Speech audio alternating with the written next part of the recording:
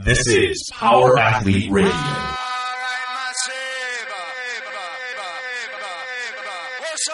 With your hosts, Denny K, Professor Booty, and the Luke Summers. And now, toes forward, hips locked, shoulders set, and retract those scapulars. It's time for some knowledge bombs.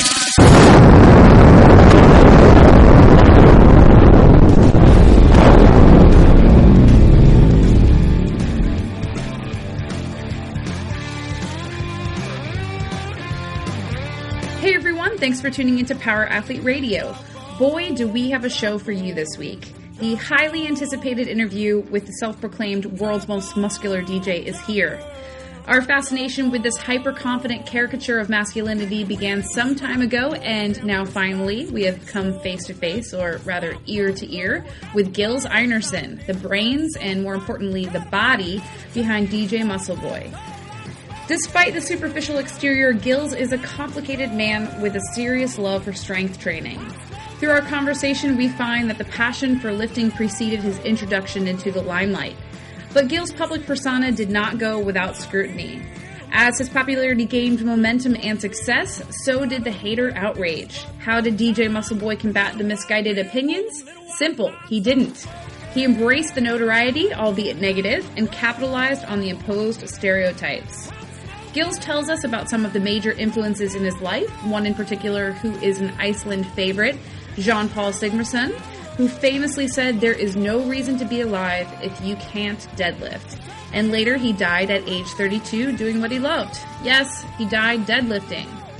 Although Gillz is widely known as DJ Muscleboy and one of the pioneers of metrosexuality, his interest and focus has always been training. As an educated fitness professional, he maintains that diet is the single most limiting factor for the majority of his clients. This hurdle is one that he imposes straight from the start with any athlete, and as he assures us, no matter how much they might struggle, he, quote, never gives up on them. And now I'm pleased to present you with admirer of Arnold, Sly Stallone, and Nick Cage. No, I'm not talking about Luke Summers. I'm talking about the real deal, the Icelandic sensation, DJ Muscleboy. Here's episode 109. Welcome to the premier podcast in strength conditioning. This is Power Athlete Radio. We have a great show for you today. Currently, we are joined by the regular cast of characters. We've got Bobby, Levi, John, Tex, and myself, Callie. And we also are joined by a person that I've looked at as a hero. I've been inspired by their music and just generally is a pop culture icon right now. And that is Gillz. He is actually DJ Muscleboy, so if you guys have been seeing the links that I've been posting on the site, you'll notice that he's the DJ that everybody's sort of been looking into and looking at the posts recently. Gillz, how are you? I am very good, thank you. So Gillz, tell us a little bit about where you're from and what you're currently up to. I am from Iceland, a tiny country in Europe. 300,000 people live here. Whoa. And it's cold, basically year-round, which sucks, because I love sunshine. Yeah. And I work at a gym called Sporthúsið, and on weekends I am a highly successful DJ called DJ Muscleboy. And pretty humble as well, which is great. Yes, thank you. Yeah, you have to be a little bit confident to call yourself DJ Muscleboy. Well, Kelly, have you ever seen any other DJs?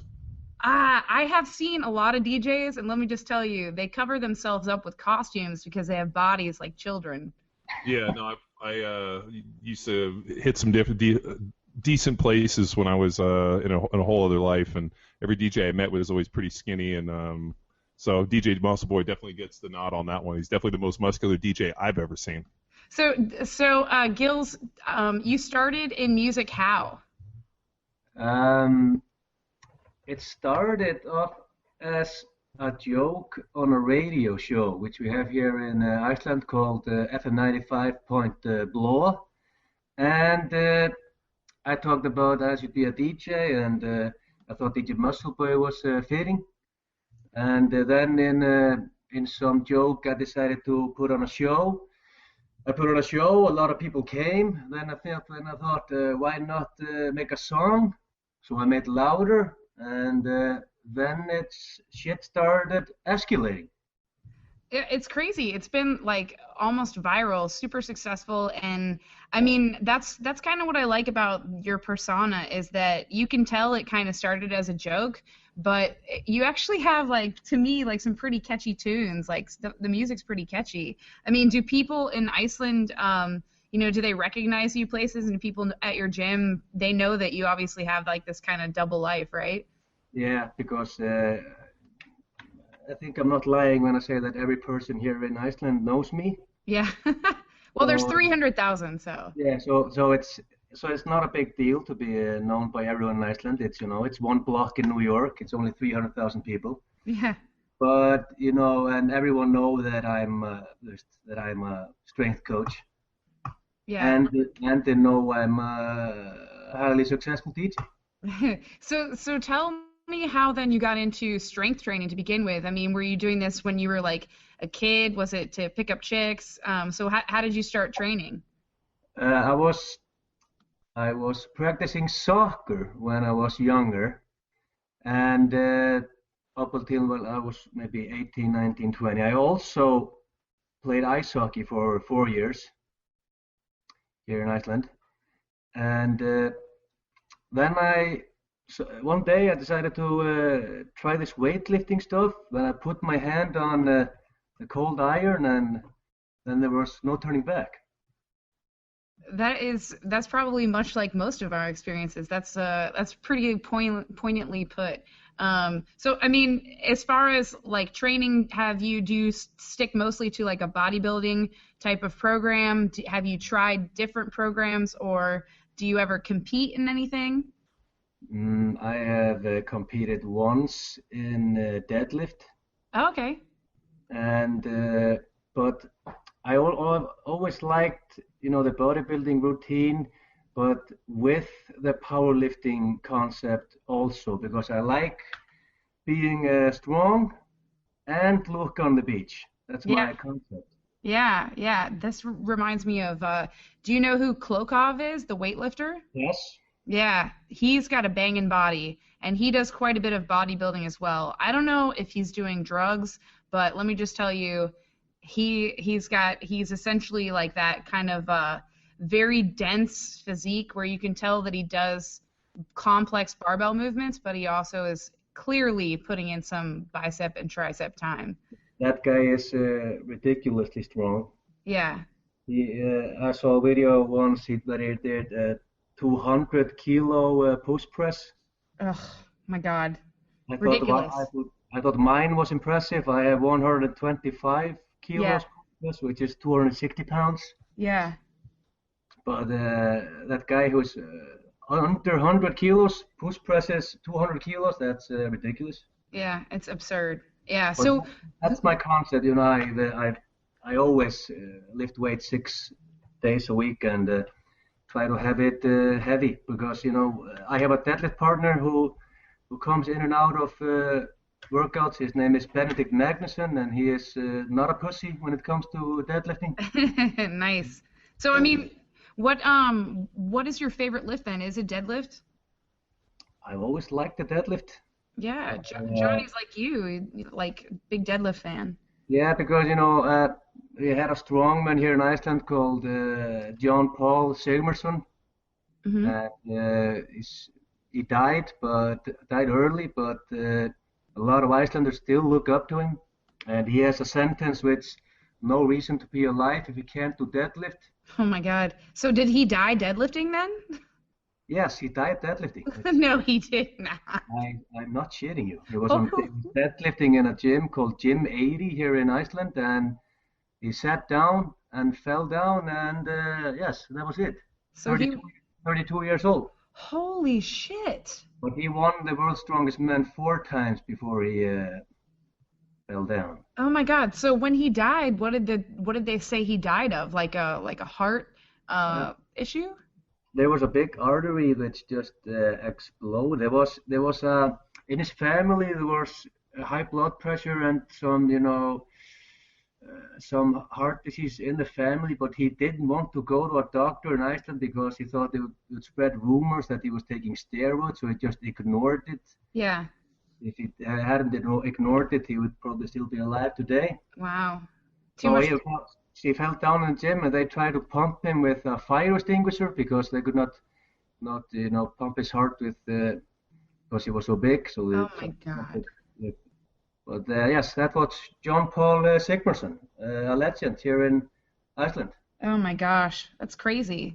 Yeah. That's super nuts. So, do you train with the same people? Have you trained with the same lifting partners for years, or has it alternated? Do you ever train with any women? Oh, it rotates.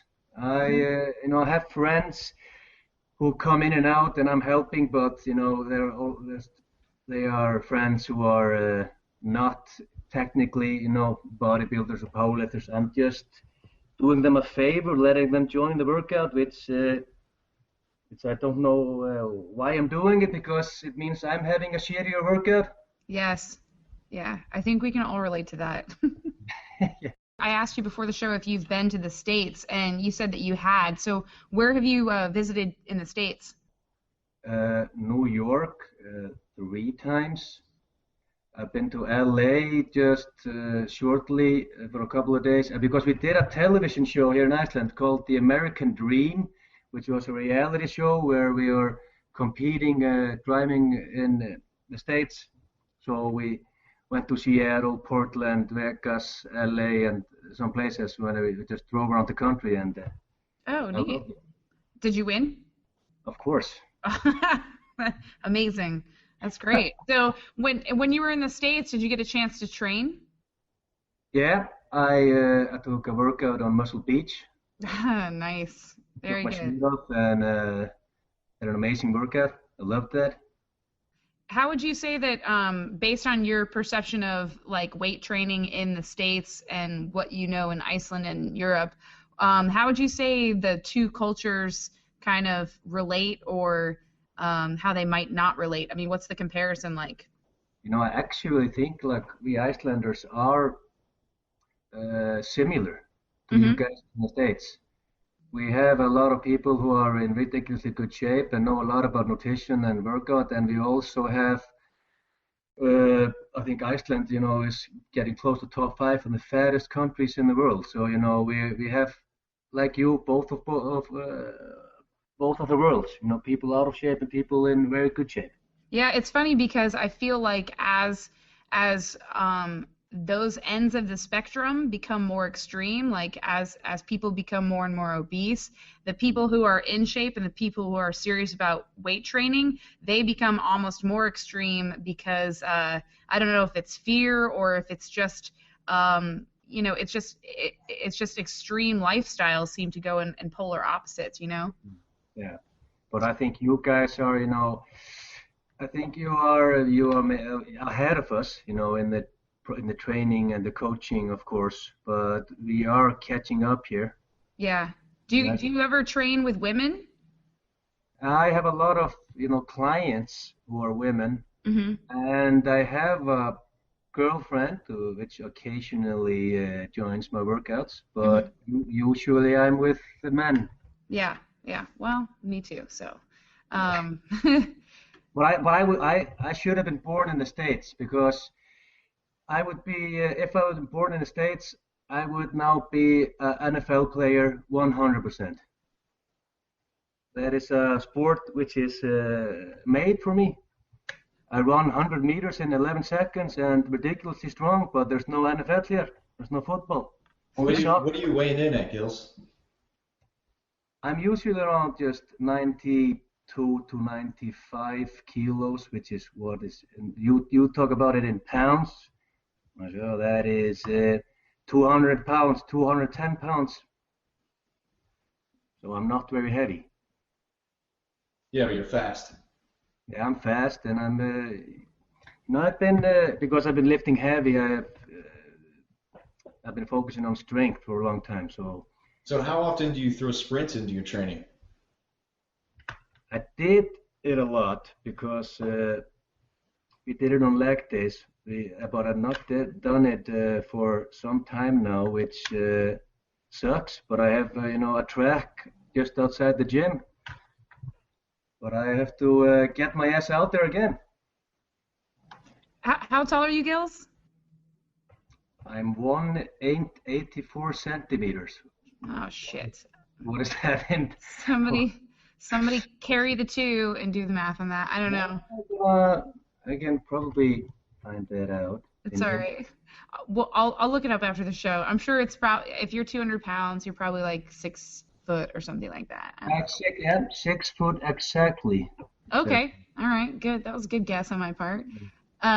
So what are some of your big influences for training? I mean, you talked about some of the guys from your homeland that are clearly badass and have like that almost like old school brute strength, and are doing that type of training. Do you have any other like major influences? I'm a huge fan of Arnold, like probably everyone. Yeah. I like him a lot. I think he's funny, and I've been following him and read his books, and I'm a huge fan. Was he part of your influence for also kind of the swagger behind the camera? Yeah, I think I could say that. Because what I always loved about Arnold, because he has this great personality. He was not just extremely muscular, but he was also funny. What were some of the things that you did when you were a kid? You had mentioned soccer and wanting to play football. Was there anything else? I mean, did you live in a city, or were you kind of out in the country, or how did that work? And did it have any influence on your strength?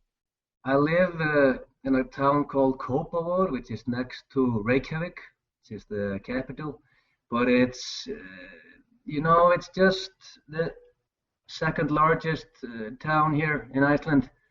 And I was just a typical kid here, just playing soccer and doing nothing until I found my passion when I was 20 years old and started lifting weights. Then I started to learn about that, so I got I got a BS now in sports science, so I finished that. And still currently getting more educated in, because my number one my passion is the nutrition, workout, and coaching. Muscleboy is only a side project for now. There's a American line that asks what came first, the music or the misery? So I guess in your case the muscles came before the music. Yeah, exactly like that. Gillz, because I am the most, I am the most muscular DJ in the world right now, and I am not liked in the DJ community because the standard DJ is thin with belly fat. So I'm challenging that standard DJ look with my muscular body. So. I have so many questions regarding this right now. So first of all, the life of a DJ is not one that is normally known as the most healthy lifestyle, right? Because let's think about it. Like, you sleep in till like 4 in the afternoon, you have a couple beers to take over the hangover that was from the previous night, and then you prepare yourself for a show or whatever. By then getting hammered again, and again, I'm kind of like, I'm joking a little bit, but I mean, the life of a DJ, you have you work hours that are sort of super late at night, and I realize that you don't do this all the time, but I mean, how do you balance those things when you go to the States for a show, or you go, you're doing a show, a couple times a month? That is enough, even in just a show a month or 2 shows a month. That's enough to throw you off of like your training and your game, right? So how do you combat that? What I do, I try to keep, if I have a show on Saturday, I try to keep Monday to Saturday ridiculously strict in the diet and exercises. So I can, I never drink myself to shit when I'm having a show, but I love drinking red wine with a steak, and I love beer.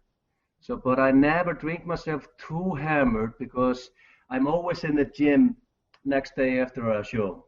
Yeah, crazy. And of course, because because it is a side project for me here in Iceland about this Muscleboy stuff. So I choose, few gigs and big. So I would not have the tolerance to do Friday, Saturday gigs every weekend because, like you said, it does not go really well with the bodybuilding lifestyle. But I think I am the only bodybuilder slash DJ in the world right now. Yeah, I would say that you are, absolutely. So I mean, that's great. Then you strike a balance, and not only that, you practice what you preach. So you're training like the next day, and you're making sure that, like you said, it's not so over the top that it just destroys you for, the next day or the next couple days, which is great. Well, it's really hard to be completely sober when you're putting on a show, but 2, 3, 4 beers, it's then you don't have a hangover the next day, and you're in the gym. Yeah, I get it. Yeah, for sure. Can you walk us through kind of your creative process for your original stuff you're putting on YouTube and like Cali's rocking out to? Do you have a notepad in the gym with you, a recorder and all that, or is it just flow from you? Yeah, I always have a rule when I get a good idea, I just write it down because I never trust my memory. So when I get a good idea, I write it down and I try to put it in action as soon as possible because you get a lot of good ideas, you write it down, you do nothing. So what I've been, it started out here in Iceland for me 12, 13 years ago when I opened up a group blog with just a couple of friends, and we just used the website to write about partying and lifting weights and, some bullshit. And it was originally only for us, but then it became quite popular, and I was asked to write a weekly article in a newspaper here, so I said, okay, I can do that, and I wrote a weekly article there, and at that time, it was maybe around 2005, there was a big discussion about the metrosexual man, and me and my friends were the guys people thought about when that word came up, metrosexual. So I was writing and preaching about the metrosexual lifestyle a lot, but it was always highly exaggerated on my behalf because I talked about having 20 to 30 different types of moisturizers, but that was of course horseshit. I only had one, so I was writing. Writing to piss people off. So that is how I started. So I wrote an article in newspaper, pissed a lot of people off. Then a guy came to me and asked, "Hey, do you want to write a book?"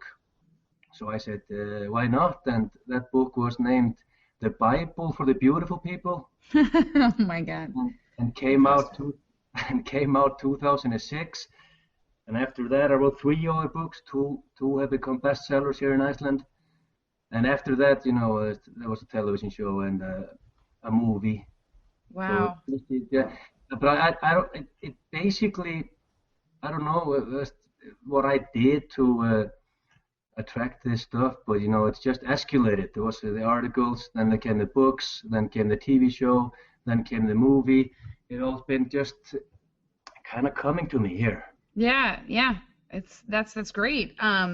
So I am so shocked that people identified you as almost like a poster boy for a metrosexual. I remember when that term was first coming on the scene, and I guess metrosexual would mean somebody like a guy who actually takes care of himself. And then people started to take a really bad spin on that. So if you dressed well and you took care of yourself and you actually paid attention to the things that you put in your body, like suddenly you became a metrosexual. If you're not like some blathering idiot with a beer gut who's standing at just standing in the stands at an NFL game, like that was a man. And if you were in shape and not doing that, you were considered a metrosexual, right? Yeah. It's crazy.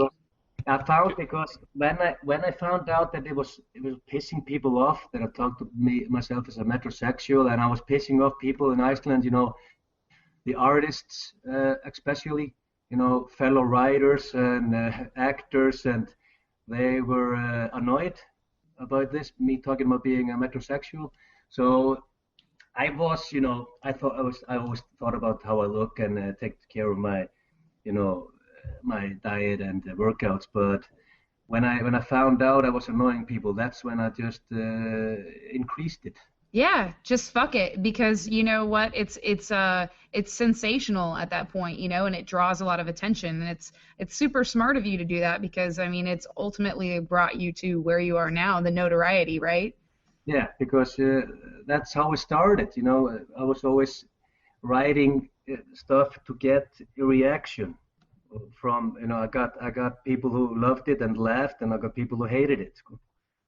Yeah. Callie, I remember when I first traveled to Sweden in 2009 to go over and work with Stockholm SWAT. I remember we were hanging out like in Stuttgart, which is like the downtown kind of trendy area, and there were all these kind of like androgynous looking, like I thought they were, alternate lifestyle guys rocking Sure. like pink polo shirts, collars up, white sweaters around, like light blue to aqua capri pants with like boating shoes. I mean, these guys were like 115, 120 pounds, and I thought like I was in Boys Town, and then all of a sudden they had these girls on their arms that were like 12s, like the most beautiful Swedish girls you've ever seen. And Yeah. I'm like, and I'm hanging out with these guys that are either like fighters, like Alex Gustafsson, and like SWAT guys. I mean, all like big dudes that lift weights, and not one of these girls had any desire to even rap with us whatsoever. And finally, we started rapping with these dudes, and they're like, "Oh yeah, over here, like you guys look like construction workers or like low class, like we're like the upper class, have money, success in this, and like that's what the girls want." And as I'm about to like knock this dude into the middle of the next week, sure enough, these two beautiful girls walk up and on the dude's arm, and he kind of like shot me a wink and walked away. And I was like, that little motherfucker. Crazy. I'm like, so now I gotta like rock a pink polo shirt and like basically not eat for the next 6 months. Fuck that.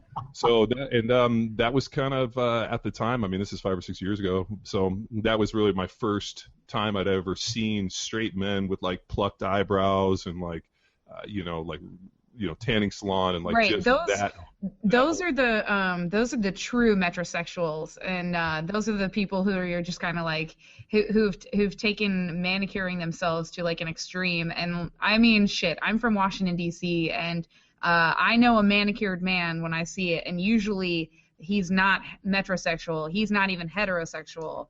And so yeah, there's an extreme for everything. Yeah, I mean, and I don't know how it is in Iceland, but I got to imagine, when we went to Norway, when we were in Oslo, we saw a little bit of that, but as we got out, it wasn't like that, and that's how guys weren't. So maybe it was just Stockholm, and really, we started calling it Stockholm Syndrome. And, like it was just kind of a funny deal, but I always remember hanging out with those guys and then just shaking their heads, and they're like, dude, these guys are just basically morphing what they think the girls want. I'm like, well, those chicks are pretty banging, so obviously they're doing something right, but they probably went home and the girls had to hold them and cry or something. Yeah, so Gillz, in the same sort of in the same theme, what do you think about like the evolution of man up until this point? I mean, that's a broad question, but what do you think about how men have sort of evolved into like even culturally, men have almost become part of the system where they raise their kids, where every child gets a trophy, and they've become much more of like the sensitive type. And I don't know if it's because of the type of work that men do now, which is typically like, just like anyone else, it's behind a desk, but they're not, they've lost to some degree that almost that edge, that masculinity edge that was established, from like more industrial type times, right? Yeah, that demasculinization of men. Yeah. I think, I hope it's changing, but I know what you're talking about. There are a lot of the men wearing skinny jeans and having a lot of belly fat, but 100 pounds and belly fat, it's not the look you want. Yeah. The shitty diet is ruining people's bodies. That's what's happening. Yeah. In Iceland, we have shitload of fast food here, probably as much as you. But it's so divided here. We have the extremely fit people like Annie Torresdottir and all the crossfitters and bodybuilders and strongmen, which we have a lot here in Iceland. And then we have a lot of young people who are completely out of shape. I get people here in my chair who are children who are born 2002, 2003, and are over 200 pounds. Holy shit. Yeah. So what do you think? Do you think that it's just been like a major turn? I mean, we literally wrestle with this and talk about this daily, that it's almost as if we've started to design a culture that's incapable of doing just basic things. I mean, like everything we do now is, either buy a computer or you take it somewhere to somebody else, and it's like this kind of, age-old deal. And I know, all the guys that kind of, are on this podcast are, more type of people to actually go do something and kind of put yourself out there. I mean, it's like, it's a cruel, cruel world, and, you got to be prepared for it. So it just sounds like, and what's a little sad is you have a country of 300,000 people, especially one that has, a killer Viking culture. And, I kind of always grew up a little bit as my grandparents were from Denmark. And, that's, it's kind of depressing to hear that. But you know what? I always say, dude, like, if we got to be the alcove or the sanctuary for it, I'm more than happy to take that lead. Yeah, I think, when I get a kid in my chair who is 12 years old and over 200 pounds, usually when I meet their parents, they are also extremely overweight. So, and when I get the kid in the chair and I start talking about their diet, I ask, how is the food in your school? And it's all just carbs, carbs, carbs, carbs, carbs. And they don't know how to be in better shape, but they want to be in better shape. They feel bad about being in bad shape. And when I tell them what to eat, what not to eat, they all get results, because all these people who are, ruining their bodies, all the children, they can easily change it. You just have to tell them. They don't know how. Yeah. If you tell them, they will do it. That's my, that's what I have been doing here. And so, what's your coaching personality and persona like? I mean, we at Power Athlete HQ, we are not necessarily known for being the most kind of empathetic or tactful sort of coaches. I mean, we're not assholes, but we also are kind of we sort of tell people like it is, because. Well, Callie, that's my part of the brain that got damaged playing in the NFL. That got damaged, yeah. So the part of my brain that got damaged from all the 10 years of collisions is actually the part that deals with sympathy and empathy. So I know, and I don't. Bled in, and it's bled into you guys, and I couldn't be more proud. I know. I'm like wondering what my excuse is, but just like a proud papa. Well, I always laugh at Callie. We were sitting on a plane, and I took that picture of you reading the how to what was it? How mental to deal toughness. With, the mental toughness book, and all these people are like, "Is that required reading to work for you guys?" I'm like, yeah, dude. People thought I was reading that to be better at sport. I was reading that so that I could work for you. I thought you found that on the plane. No. She bought it, and I looked over there, and she was like reading it. I could see her talking to herself, like giving herself a pep talk. I'm like, "What are you doing?" She's like, "I'm actually rehearsing the scenarios in the book on how to deal with you." And I'm like, "All right, well, let's start a little bit. Let's have a drink, and then I'm gonna get sideways on that." And then the final level of actually becoming part of our staff, and really the final level of mental toughness, is you actually have to go live at my mom's house. Oh my God, no, can't do it. I refuse. No, I mean. As you guys have all seen Rocky 2 when he's like hard, or Rocky 3 when the Stu Nahan's like, hard words from a hard man. That's what we used to say about my mom. We're like, hard words from a hard woman. From a hard man, you still call her a hard man though. Brutal. So. But I mean, you know what? That's what it kind of takes. I mean, that kind of lack of coddling, and I think we've, and I've seen it. I have two little girls that are 3.5. And the way that other parents deal with their kids and how they are is is so different than how I was raised, and how we've basically been raised for the last 2,000 years, let's say. So right, and how people expect us to treat clients as well, and that was kind of my point to Gillz too, is hey, when you have that kid, because we've all had that kid in our chair, and especially John too has a interesting story about having a 14-year-old who is super overweight. But how do you address your clients? Are you sympathetic, or are you just here's what you have to fucking do? Yeah, I always try, to just read the client, because sometimes I have a kid who is, really nervous, and it depends on just the type I get. I love getting a hardcore CrossFitter and some really tough son of a bitch like you guys. And I also get some who is weak, and I would not say cuddle, but be a little gentler. But I always focus so much on the nutrition with the guys. That is what I put most emphasis on. That's super smart. I mean, obviously, through your education, but it takes people way too long in their own training life and experience before they realize, and I'm talking like years and years, before they realize that nutrition is the defining factor between looking and like performing mediocre and then looking and performing like your optimal level, It takes people way too long to figure that out, because nobody wants to fucking fix it, because people, they enjoy whatever comforts that food afford them, Yeah, they always say investment comes through understanding. Everybody hits that wall, and they want the squats to keep going up, cleans to keep going up. So then, after you say the same thing after 2 years, then they start actually applying it. So kind of keeping in talking with just like your experience with athletes and training and stuff, what are some of your biggest frustrations? I mean, all of us have worked with individual clients and athletes or teams or things like that. What are some of your biggest frustrations where you are like, I can't fucking deal with this right now? What is frustrating, there are a lot of people who just can't put the candy bar down. Right. They just can't fix the diet.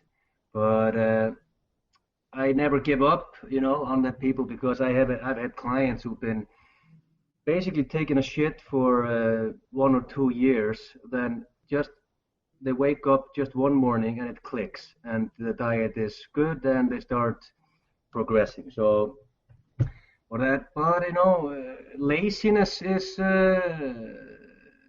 I don't like that. Yeah. I mean, yeah, just an athlete or a client who comes in and is just not willing to work hard. Yeah. And part of it too is like from a coaching standpoint, when you wake up every day and you're excited about what you do and what you can offer people, and then you're only met with somebody who is not excited and doesn't want to, feels like they're completely dependent on you and saps you for all of your energy. That can definitely get old. I think it's just one of those constant struggles that we all sort of deal with. But my God, I think that's why we all train in our own personal lives, so that we can then get back to like a sane mindset after that. I want some dirt. I want to hear some crazy antics or shenanigans. I don't know if you're familiar with the word shenanigans. It just means crazy shit. I mean, you must have done a lot of shows. What's like the craziest thing you've seen? Has like some girl, from the crowd, like taken off all of her clothes and tried to come on stage and all that stuff? Or guy. I have more guys who want to run the pitch. That is weird. I believe it. In every show I have a crazy fan. Wait, repeat that? It's the guys are the craziest at your shows? Yeah. I have a lot of guys who want to touch my muscles during the show. Well, Luke Summers actually found your YouTube video for us. Yeah. What's that? Luke discovered DJ Muscleboy. That's not true. No, that's not true. That's not how we found DJ Muscleboy. I did. No, Callie, you didn't find it. One of your friends recommended it. You're right. So, but Luke. Do you think Luke will touch my muscles? Okay, here's the thing. Right now, Luke says that he's out hunting with his dad. But let me tell you, Gillz, he's gonna watch this and crank it so hard later, just to the thought of you flexing. You're volume, right? Taking fucking landmine shots right now, but hey. He is. But I'm just like curious of what like the craziest thing. I mean, there's got to be like, has anyone I don't know, like tried to like get on stage and like propose to you or something like that? Because being a bodybuilder, powerlifter, it's different for me. Everyone's afraid of you, right? Yeah, because when they run up on stage, if they don't get tackled by security and and they get to me, when a crazy fan will reach Muscleboy, that is never a problem because I am a bodybuilder. And if I were like the standard DJ, no muscles and a lot of belly fat, I would probably panic, but I keep ridiculously calm. Yeah, it's brilliant. Yeah, I mean, you have to stay calm under that pressure. So is the thought that if somebody were to rush you on stage, you just fucking just lay them out? Yes, because awesome. I am ridiculously strong. The world's most muscular DJ, and how ridiculously. So are you also the world's most muscular DJ? But are you the world's strongest DJ? What are your numbers? Like let's get some lifts. Okay, deadlift 600 pounds. Got it. Bench press 360 pounds. Just okay. I suck at squat 430 pounds. Post press 260 pounds. Who's got an echo? And how tall? Like what body weight? I'm 6 foot and 200 pounds till 200 and I rock from 200 to 207. That's not bad. Those numbers aren't bad. Body weight deadlift, that's pretty fucking legit, and an over double body weight squat, and that's a pretty solid bench, 1.5 times body weight. So yeah, those are great benchmarks. Just always been a deadlift. Yeah. Oh yeah. So you're a natural puller. Yeah. Just from the beginning, it was the lift that I progressed, the fastest in. Well, the one thing I would like to do is definitely help you with your squat. I was watching some videos, man, and we gotta get that squat better. Yeah. Get your ass to Iceland right now. I'm fucking in. Like I've always wanted to travel to Iceland. I'm in. I need to fire my celebrity workout partners, which are holding me back, and get you guys over here. Well, I'm wondering if we could coordinate it with one of your shows that you're doing in Iceland, or maybe you could just do a private show, which would be at a bar, and we could just get fucked up.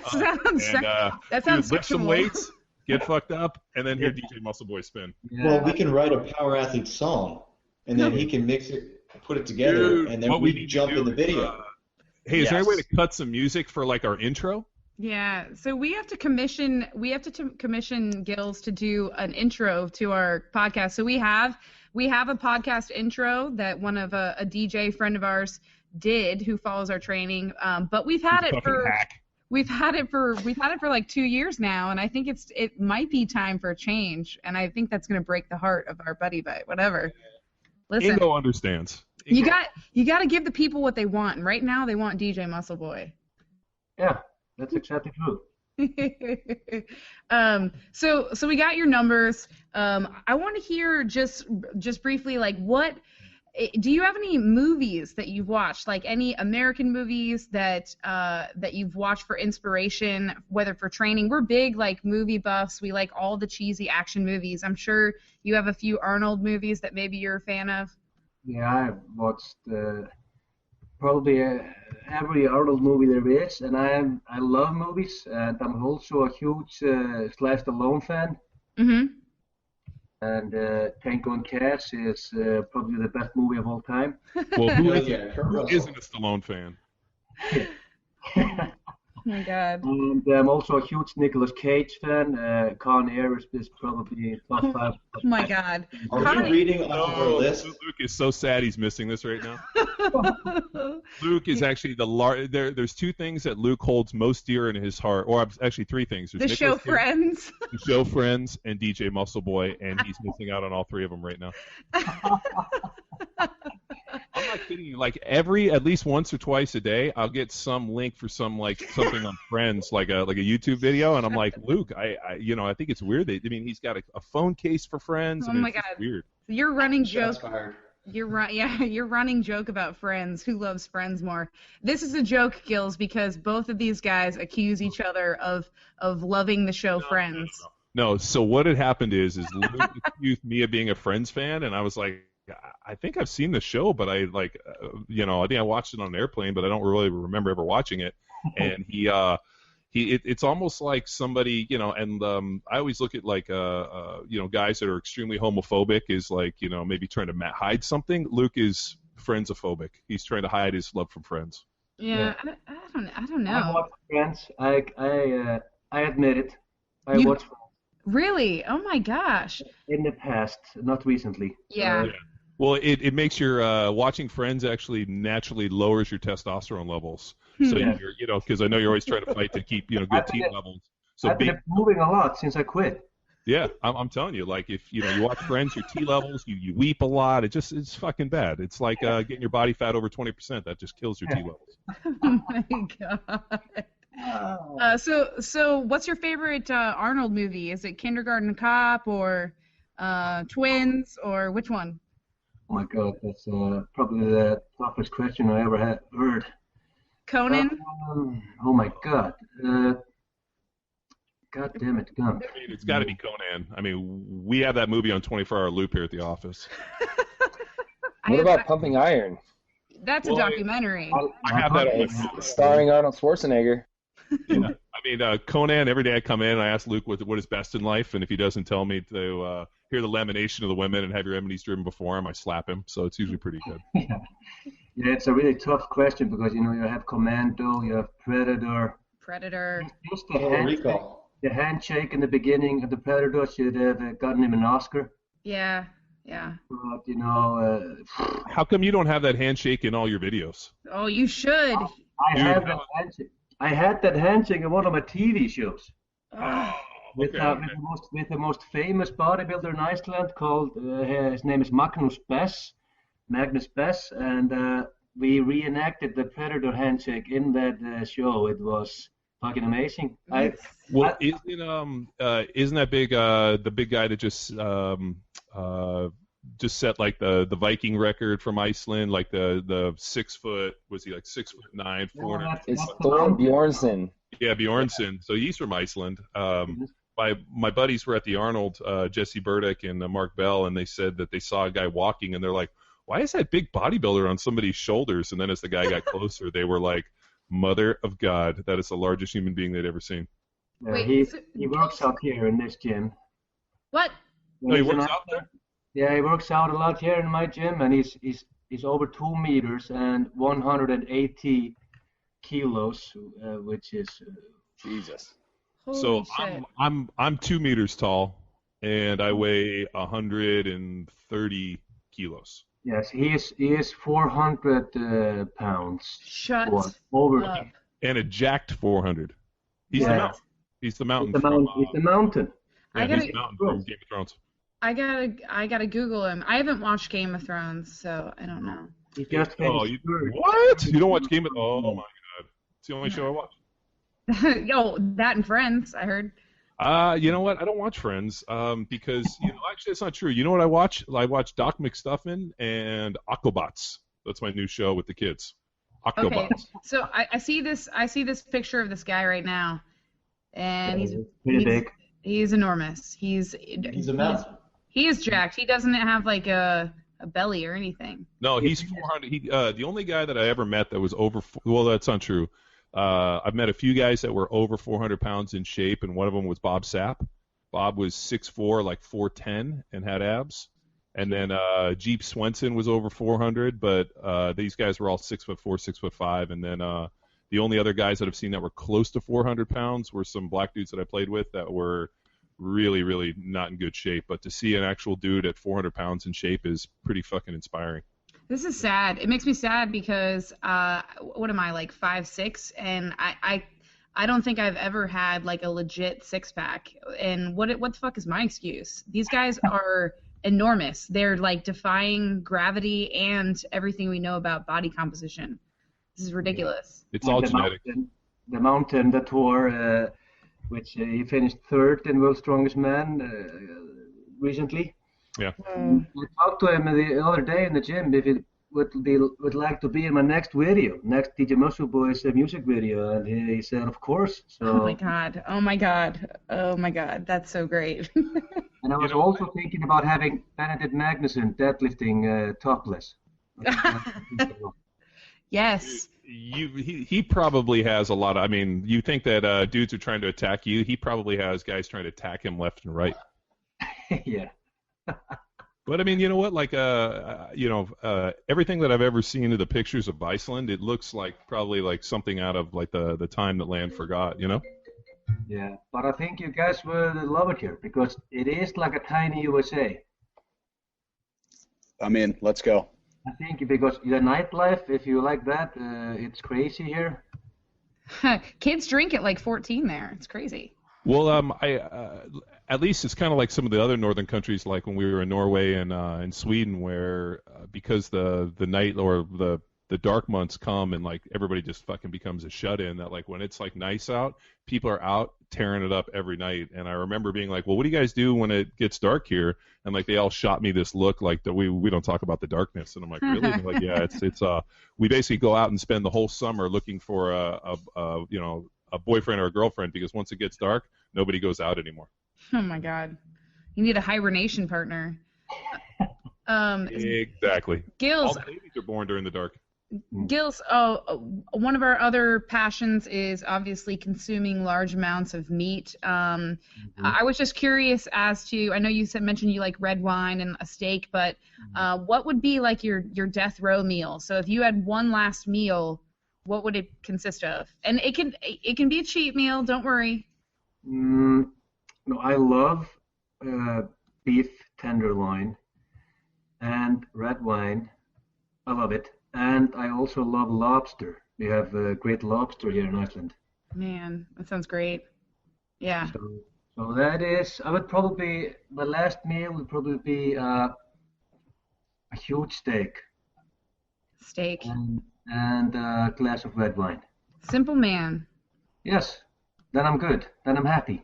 That's it. And then it's lights out. That's great. Yeah. So, where can people find you if they're looking for more information on you and just kind of want to do some research on DJ Muscleboy? Where would you send them? People could just maybe check out my Facebook page, because when I do my next song, I'm gonna post it there. Or if there are any videos or upcoming shit, my name is Gillz Einarsson on Facebook, so just put on Gillz in search. Yeah. And you should have my fan page there. So I'm also on Twitter, but I have DJ Muscleboy page, but I've never, I don't put much ambition into it yet. Yeah. I mean, like you said, I know that your training thing is your main gig and that's your focus. Yeah. So, do you think it would be possible? Do your books come in English, or are they just in Icelandic? I guess. Because of this Muscleboy thing, and I've had requests from USA and Australia. I was thinking about maybe translating one of the books, because the books are basically comedy with good advices on bodybuilding and powerlifting, nutrition, all that. So I combine comedy with good advice. Yeah.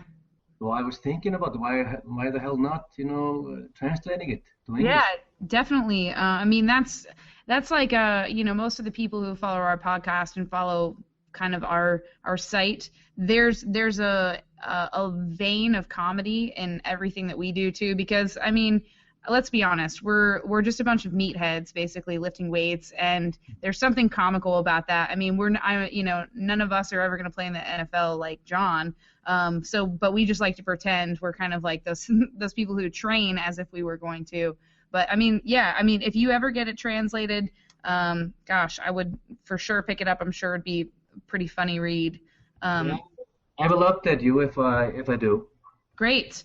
And then, I'm going to hit you up on an email separately, but are there any songs that you train to regularly that you think people should train to? Because I'm going to put together a little playlist based on DJ Muscleboy and some of your inspirations, but is there like a go-to song that you put on when you're like, I'm gonna pull a deadlift 1RM today? Usually when I've been doing an extremely heavy deadlift, then I will go into a hard, rock. Yeah. But when I'm usually working out, if my celebrity friends bail on workout, then I usually have just a dance, techno, rock mix. Yeah. I basically love everything. So there's not any one song that I would talk about, but I could always put up a little playlist for you, or a typical playlist that DJ Muscleboy puts on when he's having a hell of a workout. Yes, I'm definitely going to email you immediately after to get that playlist, because we want something that personifies how you train. Yes, that is no problem. Okay, awesome. Guys, do you have any more questions for Gillz? Do you ever train to your own music? Ha, yes. When I'm launching a new monster hit, then I listen to it. But right now, when I've the 3 old songs, Louder, Pump, Muscle Buzz, no, then I have someone else's music in my ears. Yeah, I imagine you play it enough and you've heard it a million times through like editing and stuff, where you're like over it, kind of. Yeah, because when I'm making a new song, I'm kind of when I work with guys who call themselves Stop, Wait, Go, there are guys who make the songs with me, and we are always they're always sending me the latest edition. I'm always listening to it and finding ways to do it better. Yeah. Because next song I have to top myself. Next song has to be better than Louder, Pump, and Muscle Bell. So it's pressure on DJ Muscleboy now. That's right. Stress to progress. That's what we do in training too. Yep. I was wondering, how often do you train? Callie had sent us a video of one of your training sessions where you and another guy are absolute savages, and I was wondering how often you train at that intensity. I don't know if Callie has the reference specifically, but I don't know who you're. Was it the Mercedes Club? Yes. Yeah. Video? Yeah. Okay, that was a workout video which I did.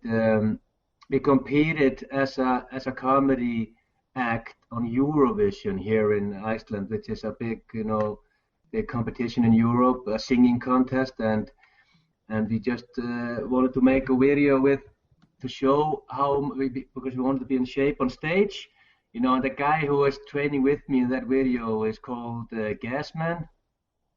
He is actually competing now on big fitness bodybuilding competitions around the world. So he is more insane than me. So I would not say that every workout is the same intensity like in that video, because the guys I'm working on now basically are pussies. Yeah, that video was legit for sure. Yeah, it was good. It's good because plenty of people talk about training and they can't really put their money where their mouth is. And yeah, I mean, to put that video out there, you can definitely see the high level that you guys train to, and it's fun too, because it's like, I don't know, whenever I see any kind of bodybuilding video, whether it's like a throwback to like an Arnold type throwback, or a more current video, or if it's like, Dorian Yates or something like that, there's almost a comedy to it. You can't help not like thinking there's something a little bit funny about like just grown men like cheering on each other and just like the grunting and stuff. It's pretty awesome. Dude, Kelly, you got to watch it, but I don't even know if they make it or they sell it anymore. But Dorian Yates used to have a training video that was called like Blood, Sweat, and Tears, or I think it was like. I've seen it. Yeah, it's like he's in like a basement dungeon of a workout, like a gym in like somewhere. I want to say it's in. It's in the UK, but I can't remember exactly where it is. It might be in Manchester, and it's like a dungeon.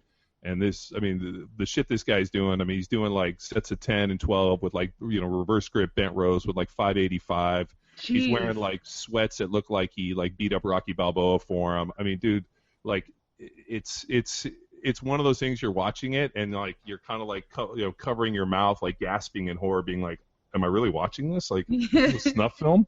It's like the snuff film of workouts. And I remember watching it when I was years ago, and at that point I was like, I got to turn up my fucking training intensity. Like that was the only thing. I just left there being like, fuck, like that's what it takes, you know? Yeah. Yeah, that's kind of like what I'm talking about, where you're like watching it and you're like, is this real? This is absurd. But it's like, I mean, that's bodybuilding, you know? That's what it's all about. Yeah, but in that video that you were talking about, it's from 2008, so it's 7 years ago we made that, because I will now make the statement that my squat now is ass to the ground. Ah, yes. Good. That squat in the video is embarrassing. And it's documented. Not adding it. Well, good. Well, we look forward to hopefully making it out to Iceland sometime. It'd be great to do a seminar out there, and if we do, we're training at your gym. We won't take no for an answer. It's a date. Great. Perfect. All right. Well, Gillz, thanks so much for taking the time out to talk with us. We're just the common man, and we know that you're on a higher level. You're the dynamic duo, the world's most muscular DJ. And strongest DJ. And strongest. We just gave him like the most powerful DJ. World's most powerful DJ. Didn't we have a competition for that? Oh, that's great. We just have to spread the word in the USA. If there is a bodybuilder out there who thinks he's has more muscles or stronger than Muscleboy, I'm looking for him. Perfect. Yes. Yeah, it's a showdown. You may have some takers on that, Gillz. Be careful what you wish for. All right. Well, thank you so much again. Yes, nice talking to you. Yes. Thanks, Gillz. Bye, Gillz. Bye.